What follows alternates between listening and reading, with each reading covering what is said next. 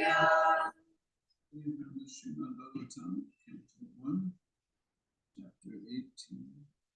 Maharaj Parikshit cursed Brahman and boy. We will be covering texts 1 through 10. So this chapter begins another change in topic. We've gone through a number of changes in topic throughout this first canto. It's nice to sometimes look at those different topics, how they changes, and where we're going with these. So certainly we at the beginning of Srimad Bhagavatam, like us, we come together with a bunch of very intelligent persons here, topics that were transcendental, elevating, so that weren't just common topics. To speak on that was Sutta Goswami, and Sutta Goswami, with that great encouragement, he told us, and the descriptions are just, this process of hearing Srimad Bhagavatam is so important in our lives. These verses, Master, they're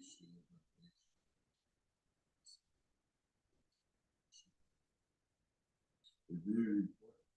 Such an important chapter, the second chapter of this canto, of the process of hearing, and what that does.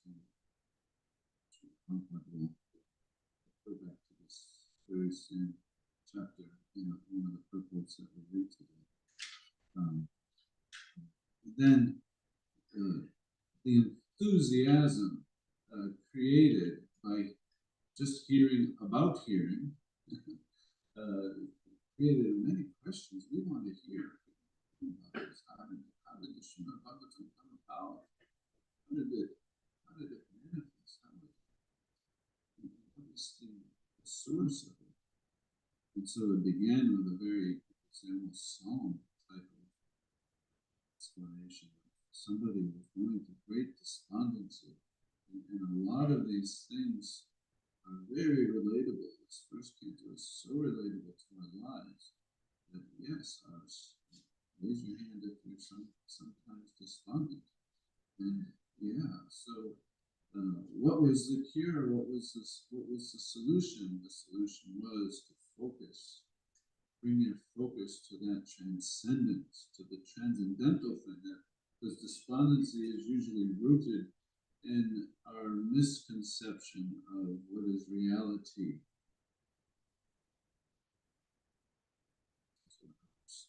Secret entry word from today's verses.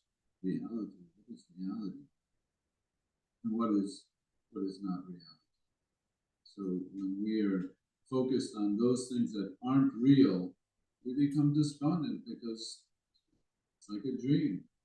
You may have a great dream, you wake up, oh, boy, I wish I was real. Or you may have a terrible dream, you wake up and you're relieved, but it's like you still have nothing. You have nothing from either dream. And so you become despondent. You can become despondent because we've lost focus. And then very expertly, so expertly, in bringing us to this chapter, good portion of the middle part of this is a glimpse of Krishna. So Krishna and his dealings with devotees. But each devotee a little different, but all of them, again, addressing this despondency that we may have. And so, and then we've just finished hearing these very wonderful descriptions of Maharaj Parikshit's devotional service, you could say. Or his, you could say it's like his karma yoga. Doing his service for Krishna, and it was a great service, amazing service. With the Kali, keeping Kali back. But that has to change now. This great service of being a king and an emperor and a leader and a crusher of Kali, these are activities certainly gave him such glory. Of course, we've heard about his birth and his being saved from Brahmastra by Krishna, and so he's a very dear person to Krishna, very wonderful person. And now we will hear that event that now gave us another 12 books of Srimad Bhagavatam.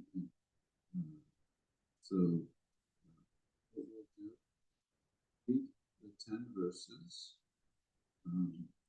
this English, and then we'll come back to verse number 7, and focus on that one. So, starting with text number 1. Sri Sutta Goswami said, due to the mercy of the personality of Godhead, Sri Krishna, who acts wonderfully, Maharaj Parikshit, though struck by the weapon of the son of Drona and his mother's womb, could not be burned. Always consciously surrendered to the personality of Godhead, and therefore he was neither afraid nor overwhelmed by fear of the snake bird, which was to bite him because of the fear of his problem.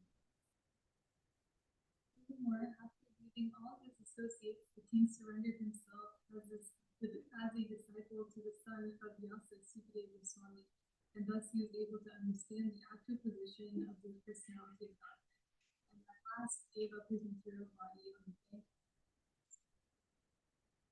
This was so because those who have dedicated their lives to the transcendental topics of the personality of God, very hymn, sing, who are constantly engaged in remembering the lotus feet of the Lord, do not run the risk of having misconception even at the last moment. As long as the great powerful son of Abhimanyu remains the emperor of the world, there is no chance that the personality of Kali will flourish. The very day and moment the personality of Godhead, Lord Sri Krishna, left this earth, the personality of Kali, who promotes all kinds of irreligious activities, came into this world. Maharaj Parikshit was a realist, like the bees who only accept the essence of a flower. He knew perfectly well that in this age of Kali, auspicious things produce good effect immediately, whereas inauspicious acts must be actually performed to render effects. So he was never envious of the personality of Kali. Maharaj Parikshit considered that less intelligent men might find the personality of Kali to be very powerful, but that those who are self-controlled would have nothing to fear. He was powerful like a tiger and took care of the foolish, careless person.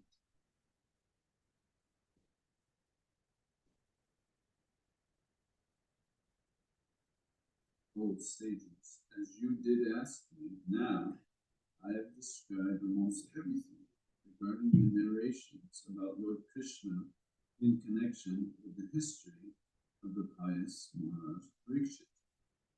Those who are desirous of achieving complete perfection in life must submissively hear all topics that are connected with the transcendental activities and qualities of the personality of Godhead, who acts wonderfully.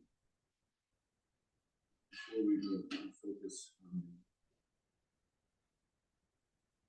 the verse, started with personality of Godhead who acts wonderfully, and we ended with the personality of Godhead who acts wonderfully.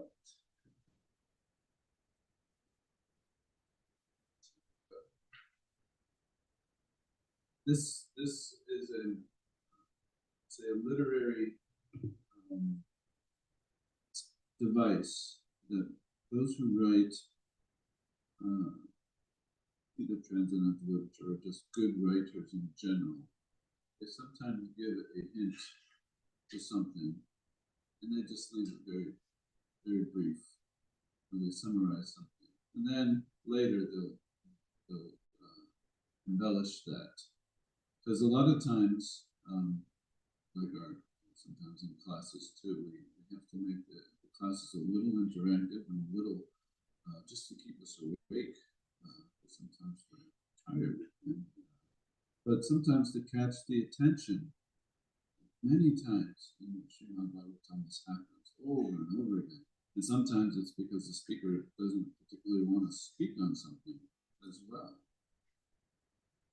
So it's, my wife, we were reading this the other night that Sukadeva Goswami put two of the pastimes out of order because he didn't want to talk about one.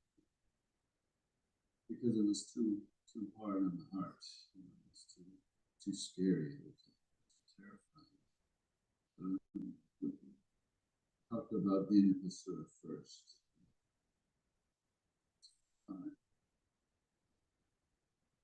When it came to Kaliya, snake who captured Krishna, he didn't want to speak about it.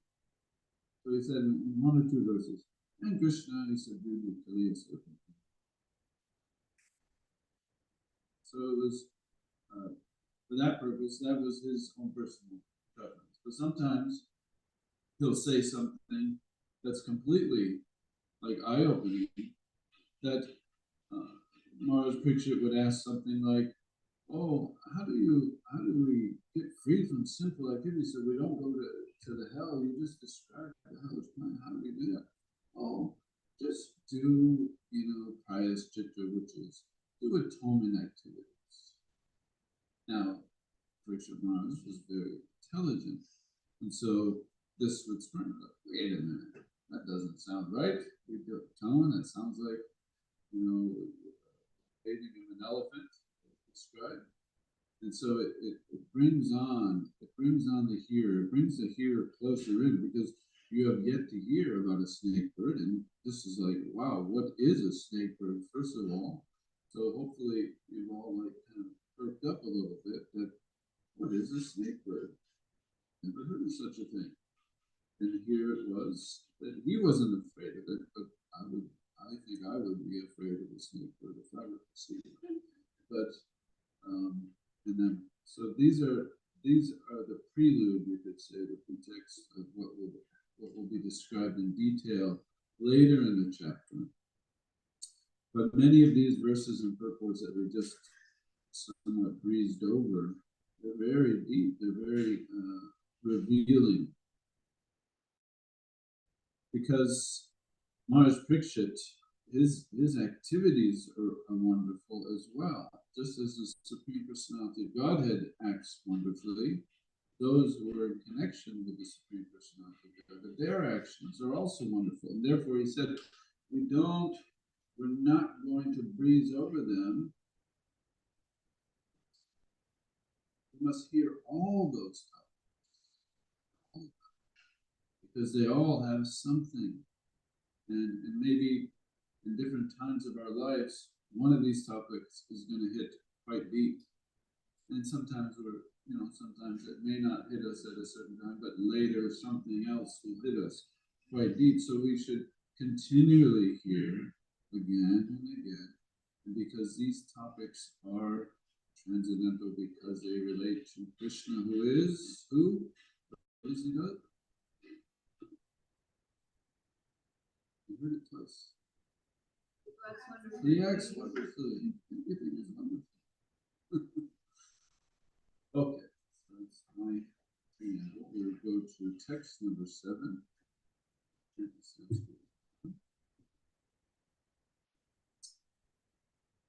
Nanudveshti kalim samrat. Nanudveshti kalim samrat. Saranga iva sharabu.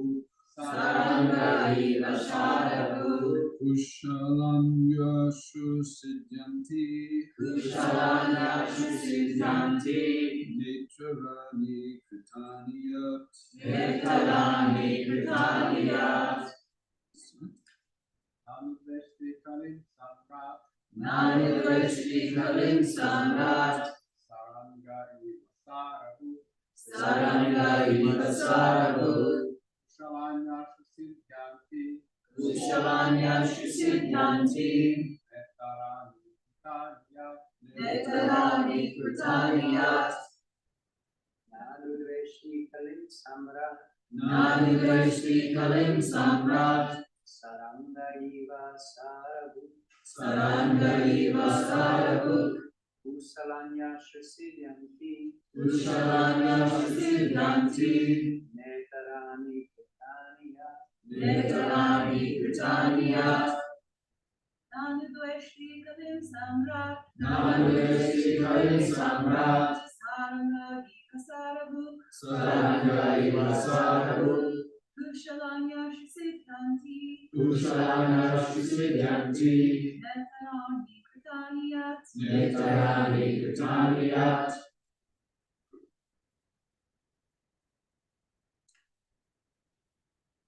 You do it for together? Na, never. Anudveshti, Envious, coming unto the personality of Kali, Samrat, the emperor, Saranga, fearless like the bees, Viva, like Sarabhu, one senseless substance, Kushalani, auspicious objects, Ashu, immediately, Siddhanti, becomes successful, Na, never, Itarani, which is auspicious, Kritani, living in accordance, Yat, justice. Translate. Maharaj Parikshit was a realist. What is a realist? Should have known that I was going to ask. Yes.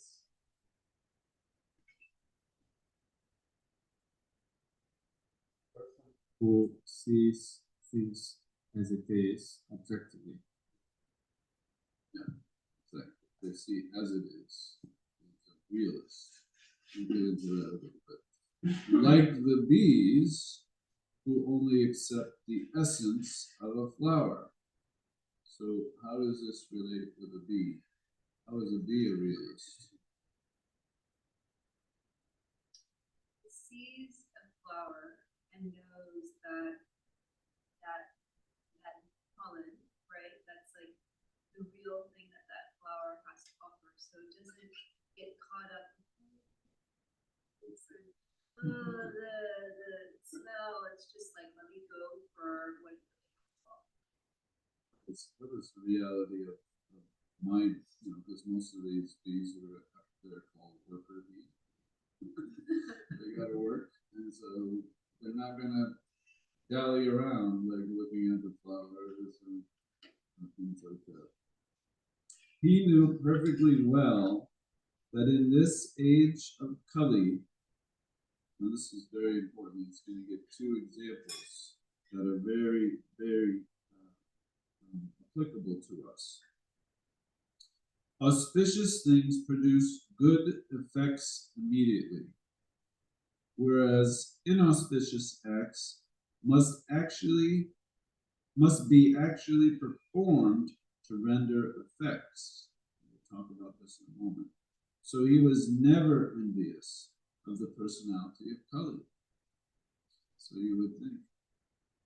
We just heard a pretty good beat down of Kali, right? Beat him down, and because as long as he was there, the effects of Kali Yuga would not take effect. But he was never envious of Kali. So that's something to think about. Here's an effect of Kali, or here's the influence of Kali. Do we get angry and understand that this is the reality of the situation? Because he has a very broad vision. His vision is broad. He sees things as they are, and he sees them in context.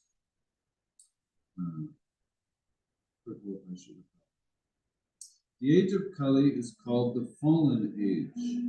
In this fallen age, because living beings are always in an awkward position, the Supreme Lord has given some special facilities to them. What is our awkward position? You knew I was gonna ask. We're only standing on one of four legs. Absolutely, yes. Wonderful, yes. How else are we all? This is not exact right, but I'm trying to find out what makes us awkward. Well, it's super awkward because we are a spirit soul and we have a spiritual identity, and our true nature is to be in the spiritual world serving Krishna. And here we find ourselves in this very strange material body, in this very strange material world, not serving Krishna, but serving our senses in a world where other people are trying to serve their senses and they're trying to be God. Yes, that's awkward. That gets awkward. Super awkward. Sometimes we can see it like we're the center. When we become the center of the universe and we have this bubble around us, right? We think everything around us is mine. And it's also visible. And so when we're moving about, all of a sudden the bubbles start. Wait a minute. I'm the center, don't you know? No, I'm the. So it's very awkward. It becomes very awkward when we're trying to move around and do things. So, and you could even say, yes, we're even awkward within this body, as saying that we are not material bodies. I mean, that's the whole beginning of our understanding of Krishna consciousness. We're not these bodies. We are spirit soul. We have an eternal nature, Sanatana. But we're kind of thrust into this situation where we have misidentified ourselves as a body. So that's quite awkward because every time I touch something, which I'm thinking, oh, when I touch something nice and soft and cool, that's going to be very nice. If I touch something hot and prickly, that's not nice. But that's only to the body, where the soul is still yearning for some enjoyment, real enjoyment. But it's not getting it through the touch, the taste, the sounds, the sights, all those things.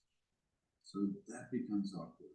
It's just that's the realism. That's a realist. If we want to look at the situation, that is being the realistic sight. Realistic sight.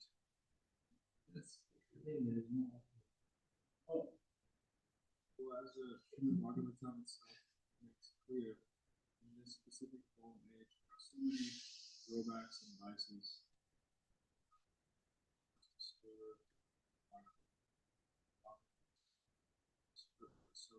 Spiritual guides and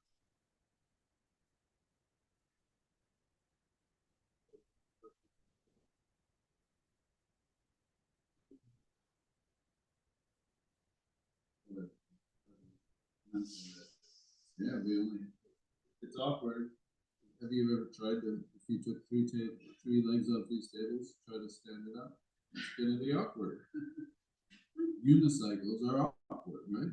Bicycles are a little easier. Tricycles super easy, and the four-wheeler is, those are very easy. I find birthdays very Yeah, and young boys feel very awkward around young girls. Young girls feel very awkward around young boys. It's just full of awkwardness. It is the nature of Kali Yuga to be awkward. One time, Nanda, who used to live here, said, she was like, I think she had a canker sore, and she was like, people get canker sores and they think that they're God. Yeah. You know, it's just like something like a canker sore is very awkward. You know, this material body does very awkward things. Yeah, Prabhupada would often criticize one of these personalities who said it was God, but he had to go to the dentist. Root canal, and couldn't tolerate the pain, but he is God, right? Okay, let's continue.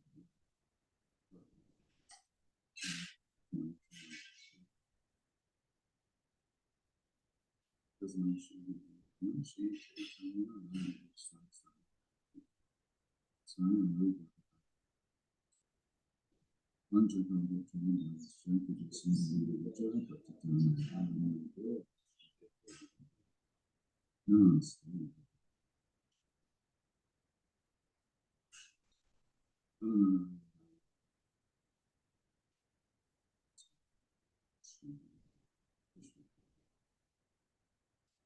by the will of the Lord, the living being does not become a victim of a sinful act until the act is actually performed. So that's this wonderful, you could say, there is some good things about that. One of those things, as it said, the auspicious things produce good effects immediately, whereas inauspicious things must be performed under effect. Probably explaining that. By the will of the Lord, this is Krishna's arrangement, that in Kali Yuga, we don't fall victim to a sinful act simply by thinking about it, or until the act is actually done. He expands on this. In other ages, simply by thinking of performing a sinful act, one used to become a victim of the act. On the contrary, a living being in this age of Kali, where we're all so awkward, is awarded with the results of pious acts simply by thinking of them. Maharaj Pariksha, being the most learned and experienced king by the grace of the Lord, was not unnecessarily envious of the personality of Kali, because a personality of Kali, we were so used to some of this.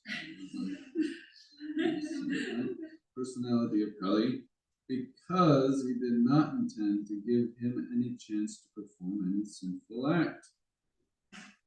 So he protected his subjects from falling prey to the sinful acts of the age of Kali, and at the same time, he gave full facility to the age of Kali by allotting him some particular places. And I think we covered that in the last chapters.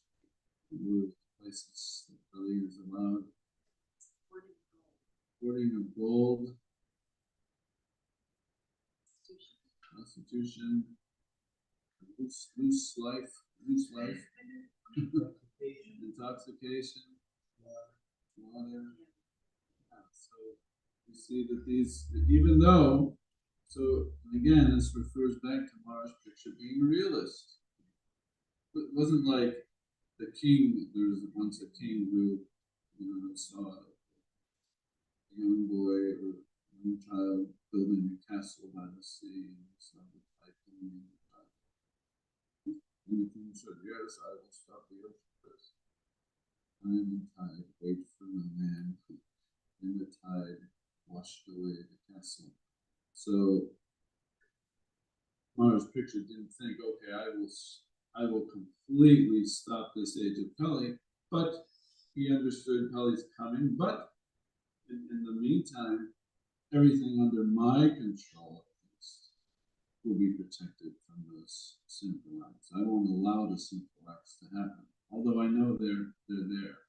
So I didn't kill Kali. He knew it was something that had to happen.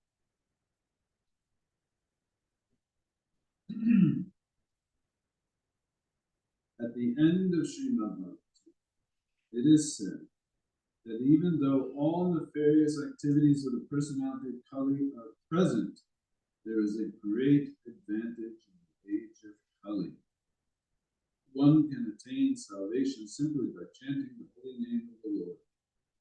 So this refers to Kali Dosha Videra Asti Eko Mahagunam Kirtanaya Krishnasya Muktasana Brahma Bhajet. Can you go to that? It's 12th canto. Let's look at the Sanskrit. Kalo Doshanide. Doshanide is an ocean of faults. And the entire third chapter of this 12th canto is one after another, all the faults of Kali. Would be maybe the last 2 or 3 verses.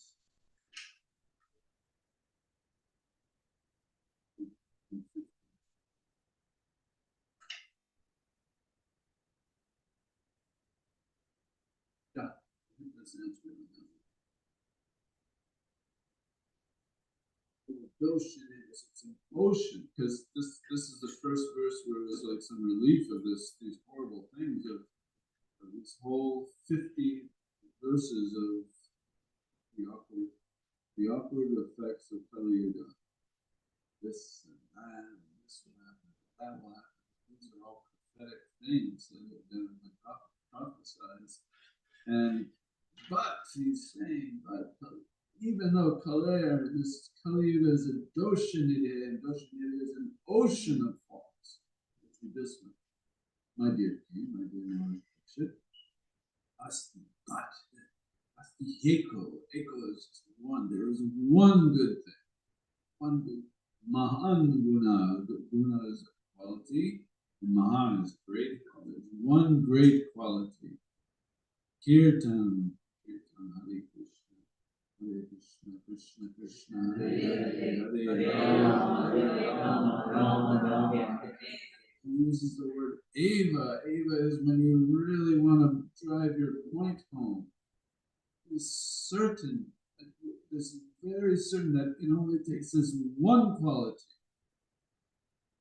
Krishna, the chanting the kirtan of Krishna's name, Mukta Sangha, all those things that are dragging you down into that midday ocean of faults, that you become liberated. And not only that, Aramraja, you then attain the transcendental kingdom of Krishna. Such a wonderful thing. So, what is saying, as stated at the end of Srimad Bhagavatam, that all nefarious activities, there is a great advantage. This is the great advantage.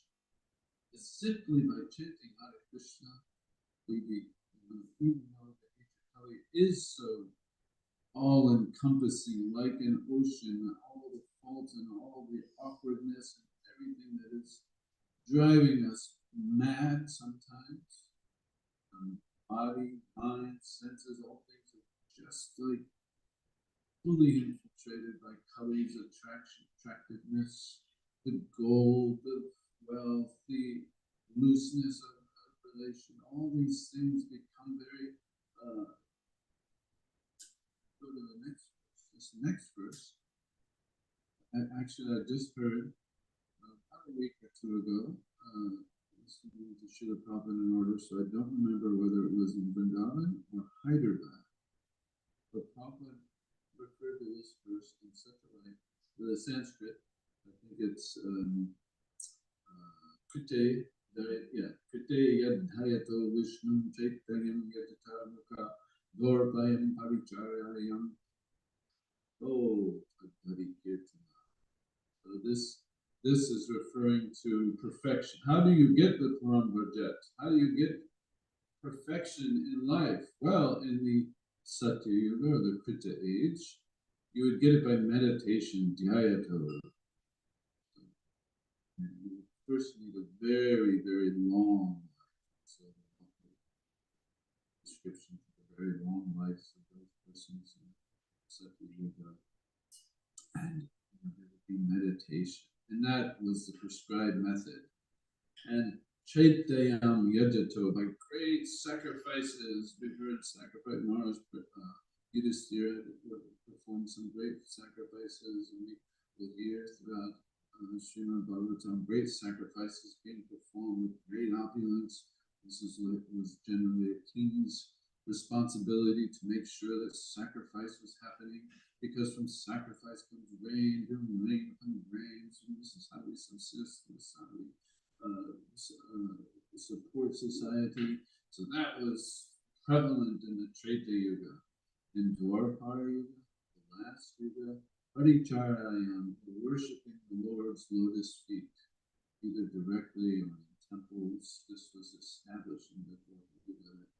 Everybody would come and engage their senses, their body, their minds, all their things in the service of Krishna. And again and again, whenever they would come to the temple, so much wealth and so much was given to worship the Lord's lotus feet, and that was the focus of everybody. but kalo, the parikirtan. Had means you get the same result as the prior. So it's like it's a word used to say you get this from you get the same result as those. So in Kali you get the same result of the Dhyayato, the Yajato, and the Paricharya. You get the same result by Harikirtan. Now I heard Srila Prabhupada said that the reason from the Brihad Naradiya Purana, this verse that Lord Chaitanya very much liked and distributed to his devotees. Kalo nasteva nasteva nasteva. What does that mean?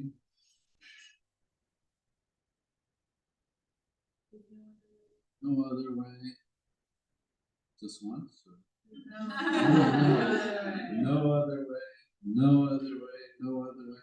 So Srila Prabhupada said that the reason, he said he's given multiple reasons. Why did he say it 3 times? Usually we say something 3 times to provide emphasis, right? But in this particular class, he said, this refers to this verse. There is no other way, meaning not by Dhyayata. There is no other way, not by Yajata. There is no other way, not by Parichaya, but only Kalo Hari. Nasteva, Nasteva. I was hoping to find the way to bring that because that was such a wonderful. Never heard him say it, but usually he says 3 times for emphasis, but this time it's 3 times referring to this verse. Okay, let's go back. Hare Krishna. Sidetrack, because I didn't even hit the thing that really struck me in this purport. Thus Maharaj Parikshit made an organized effort to propagate the chanting of the Lord's holy name, and thus he saved the citizens from the clutches of Kali. It is for this advantage only that great sages sometimes wish all good for the age of Kali. Not only that, sometimes we hear that the demigods are lining up to take birth in the age of Kali. I've heard these quotes, and it's because it's so easy to chant Hare Krishna, isn't it? Sometimes. And sometimes it's very difficult to chant. But sometimes it's just an awakening. You have to awaken the understanding of, wow, we have such a facility given to us. Imagine sitting for 600,000 of years in meditation to attain, perfection, Ram Bhajet. We have to sacrifice millions upon millions of dollars in all gold. Oh, no.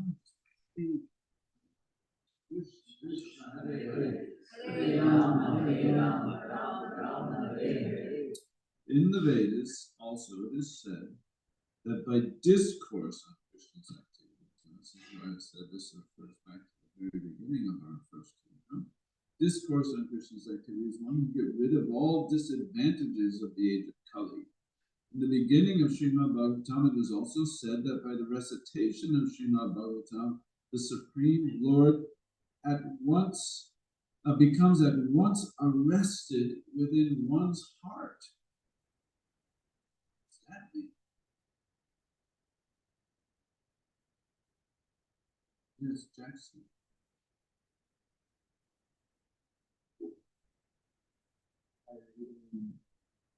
Srimad Bhagavatam to develop creating like a throne not heart for the Lord. The more we read, the more the heart softens, and the more the Lord wants to rest upon our heart, the more our heart becomes a seat. What does arrested mean? Means you can't leave. Yeah. But I actually had to look it up. There are 3 different. There are 3 different. But arrested is like a force restriction, right? So sometimes devotees are such great devotees that, like Mother Yasoda, she can arrest Krishna, tie him up. But it is not by any other force except by love. But another meaning of arrested, which is an older meaning, and I did look up in the original Srimad Bhagavatam of Prabhupada that he also used the word arrested. So an older use of the word was it is it's an attraction that can't be ignored, denied. Imagine that. Think about that for a moment. That our Krishna consciousness or our thinking of Krishna is in such a way that Krishna cannot deny being attracted and sitting in our heart. Just think about that for a moment.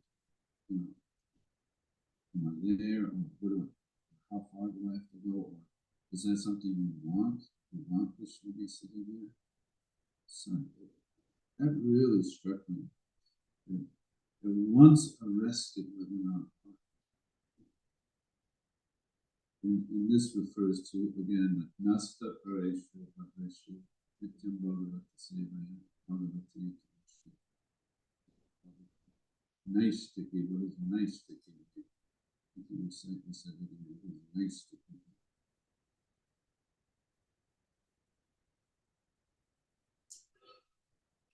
It's the word before fact. Irrevocable. It means it is arrested. It cannot escape. There is no change. There is bhakti, bhagavati, naisthi. The bhakti, the love of Krishna is not shaken. And this refers to the level of nishta in devotional service. And so, and then what happens then? What happens then is that somebody else gets bound. And Bhaktivinoda speaks about this. He says, this is Krishna Ash. Krishna has a noose as well, just like Mother Yasoda had her finding. She had ropes. But Krishna also has a pasha, a noose. And that is, again, the holy name, Krishna. When a devotee has such attraction that can at once arrest Krishna in their heart, then Krishna arrests, then he then also abducts, is the translation of Krishna Pasha. We are abducted. And so there's this constant, you could say, flaming or blooming of this relationship that happens when we get there. It's something to look forward to. But this is why we hear Srimad Bhagavatam. This is why we come every day. We really want to study Srimad Bhagavatam over and over and over and over. It's not just a single reading. It's not 20 readings. It's over and over. Nityam Bhagavatam. We want to always hear this because this is the blooming in the heart that we arrest Krishna and then Krishna binds us also. Krishna takes us, and where does he? He goes, takes us to come Rajat, takes us to his supreme abode. This is what Bhaktivinoda comments on that. These are some of the great advantages of Kali. So, Kali was over so forlorn, but this is available here. It's not available in Brahma. So we're so fortunate. Maharaj Parikshit took all advantage and did not think any ill of the age of Kali, true to his Vaishnavite. This is quite amazing verse in Purple Vaishnava. This is one to really study and study more. But again, the auspicious things, so our thoughts, our mental thoughts, and this is called the Bhava Rupa. There are two things, two activities that we do. we do Cheshta Rupa, which is, we're doing it. We get out there, we do it, we wake up, we go to Mangalarti, we chant Hare Krishna, we put a plate on the altar, we offer it to Krishna. These are activities, we're doing something. Those are the Cheshta, those are with a, whatever facility you have, we're doing it. But the Bhava Rupa is in the heart, is in the thoughts. This is the best we could have gotten today. This is, we've put this so finely for you, and we hope that you are enjoying this. We hope that you take this. These are the Bhava Rupa. So, those auspicious things, even if we don't do it, even if we just think about it, and Rupa Goswami tells us the story that there was once a Brahmana who had no facility. He didn't have any Cheshta Rupa activity. He didn't have any money. He didn't have anything. But just in his mind, he was offering this sweetness. Day after day after day, he would be in this extreme meditation practice. One day,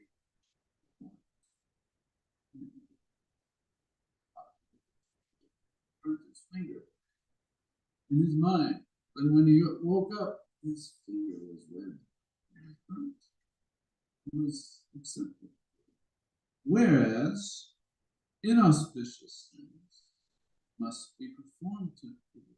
So, boy, we are very lucky. You can just imagine how lucky we are. I know that if I had a speaker hooked up to my mind, nobody would ever come within 10 miles of me. Oh, that model, boy. But I'm so fortunate. There is no such speaker.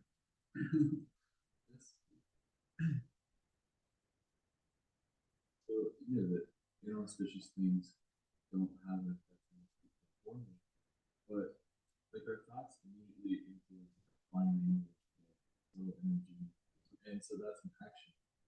Yeah, and Krishna says that, and then there's the state. So it's not that we're completely free that we can okay, in my mind, I'm going to just I'll just go and I'll think of this thing and that thing and that. No, because there are three things that one of those three things. Right? Starting from thinking. Yeah. And thinking about something. Okay, you think about it. Okay, I'm not. Let me get it out. Think. Then you become emotionally attached. That's where the feeling comes in. And I gotta do this. I gotta do it. Even if we get to that stage, we're still. If we don't stop that stage, what do they call? You're gonna nip it in the bud.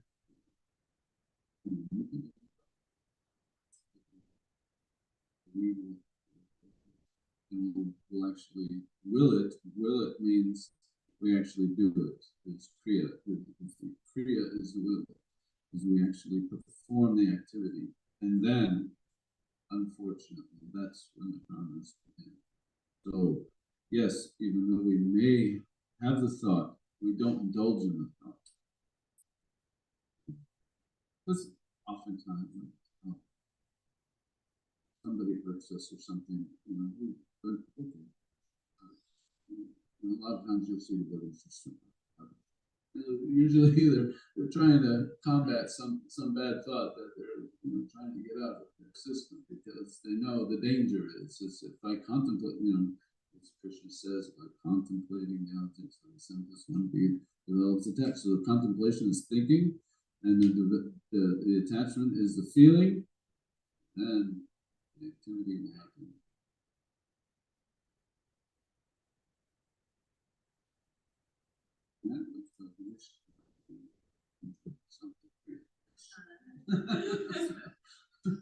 Hare Krishna, thank you for class. So on this point of Bhava Rupa, like the thoughts in the mind, I recently started working again, and I'm just trying to think of if you can give some practical ways we can like engage our minds or like serve Krishna when we're not in the best environment to do so. Yeah. But there's a long answer, and I'll try to see if it's a short answer.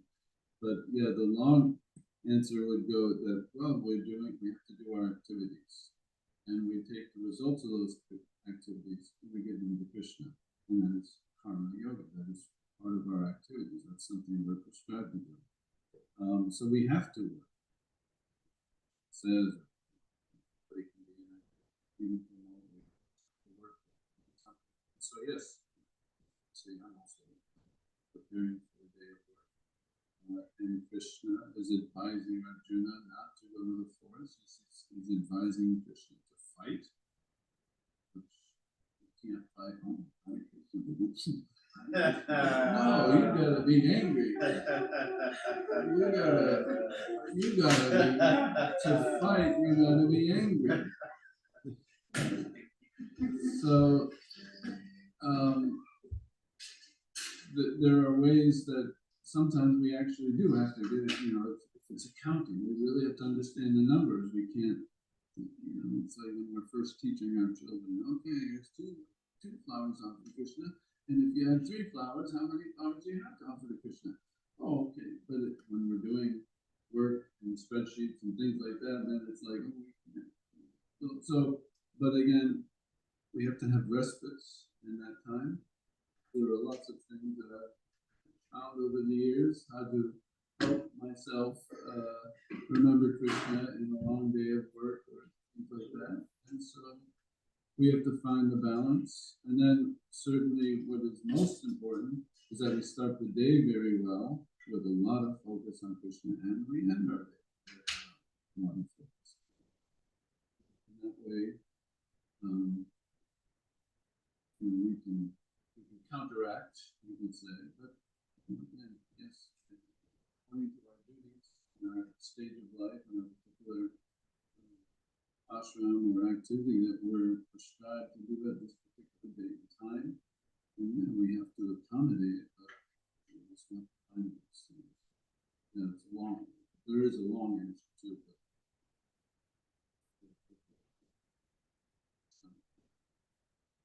Quick comment on how inauspicious activities are on different levels. We just this character was Vikrmuni, who wanted to find out who is the most exalted personality in all the universe. So first he went to his father Brahma, and he didn't offer him respect, so Brahma got upset about that. And he didn't say anything, just like didn't offer him respect. Neglected. So this was in the night. But then he went to Lord Shiva, who is his brother, and Lord Shiva wanted to embrace him. He was, no, don't come to me. You're both snakes, you're dirty personality. And Lord Shiva get offended and wanted to punish him. But then third thing he did, he went to Lord Vishnu and with full power just punched him in his chest. And then Lord Vishnu didn't punch him. Kicked him. Even worse, yes. Kicked him, and Lord Vishnu woke up and was like, oh, did you hurt yourself? So he started massaging his feet, and I go, oh, this is the true person. Okay,